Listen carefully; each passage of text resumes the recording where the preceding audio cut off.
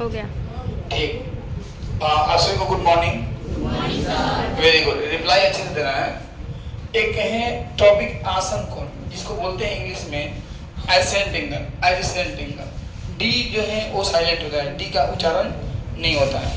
तो आसन कोण क्या होता है उसके बारे में जानना है। तो आसन देखिए, समझिए, जब दो कोणों के बीच एक उभयनिष्ठ भुजा हो और एक उभयनिष्ठ शीर्ष हो तो उन्हें आसन कोण कहेंगे।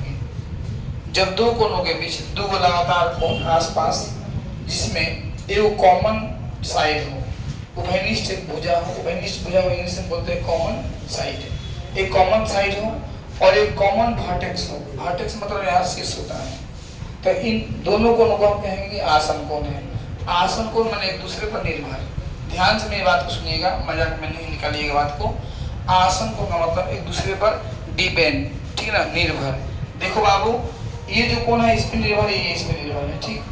ये अगर भुजा निकाल दोगे तभी ये को मात्र कोण हो जाएगा ना जी। ये भुजा इसमें भी है, ये भुजा इसमें भी मर्द करता है, ये दोनों आसन कोण हो गया, ठीक। अब देखो, अब इसमें चित्र बना के दिखाया हूँ। ये जो है ना, ये इसको उभयनिष्ठ भुजा कहेंगे, दोनों के लिए है। इसको कॉमन साइड बोलेंगे। ये उभयनिष्ठ शीर्ष है, इसको कॉमन वर्टेक्स बोलेंगे। आसन कोण इसमें से निकाल के दिखाया हूँ। कोण कोण कोण ऐसे दिखता है, ऐसे कोण ए बी डी, ये कोण, और कोण डी बी सी, ये कोण, ये दोनों कैसे कोण है? आसन कोण है। कैसे कोण है जी? आसन कोण, ठीक है ना। ओके, आप इसको लिख सकते हैं, इंग्लिश में बोल सकते हैं, two angles with a common side and a common vertex are called adjacent angle. बड़ा डिस्टर्ब हो रहा है ना आवाज से, कोई बात नहीं। Two angles with a common side and a common vertex are called adjacent angle. Two angles हुए ना, तो मैं आर हो गया बाद में, आर कॉल्ड एसेंट एंगल ना। आगे बढ़ता हूँ, क्लियर हुआ? नहीं हुआ सब कोण? आगे बढ़ता हूँ।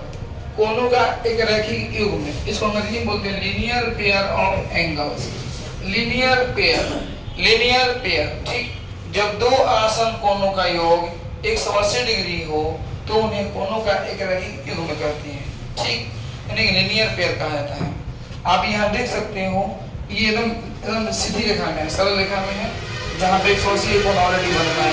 लेकिन ये दोनों आसन कोण है, एक दूसरे पर डिपेंड है, क्योंकि ये जो है ना दोनों कोण में है, ये कॉमन हो गया। देखिए, कुछ इसी का बदला हुआ रूप है, नहीं है?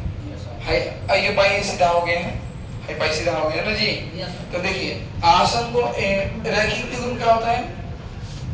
जब दो आसन कोण मिलकर के 180 के कोण बनाते हैं तो वो रैखिक युग्म होता है। यानी कि ये कोण मिल कितना होगा?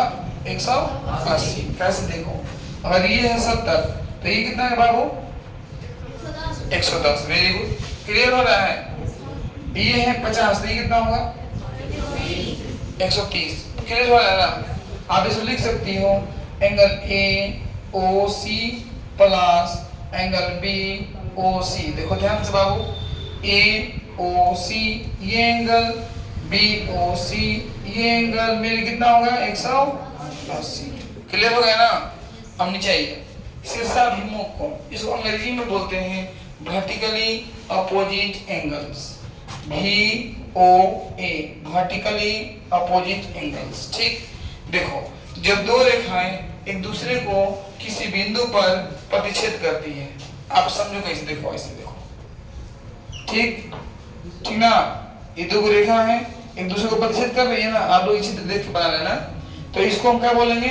मान लो यहाँ बिंदु O पर प्रतिच्छेद कर रही है, A B C D। मान लो जब दो रेखाएं एक दूसरे को किसी बिंदु पर प्रतिच्छेद करती हैं तो आमने सामने के कोणों के युग्म को शीर्षाभिमुख कोण कहते हैं।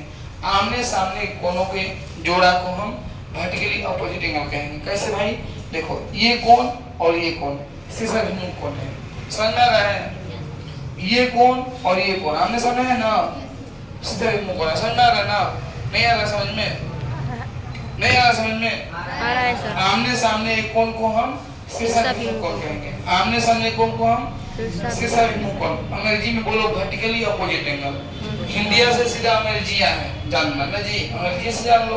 वर्टिकली अपोजिट एंगल, आमने सामने के एंगल को वर्टिकली अपोजिट एंगल। क्लियर हो गया?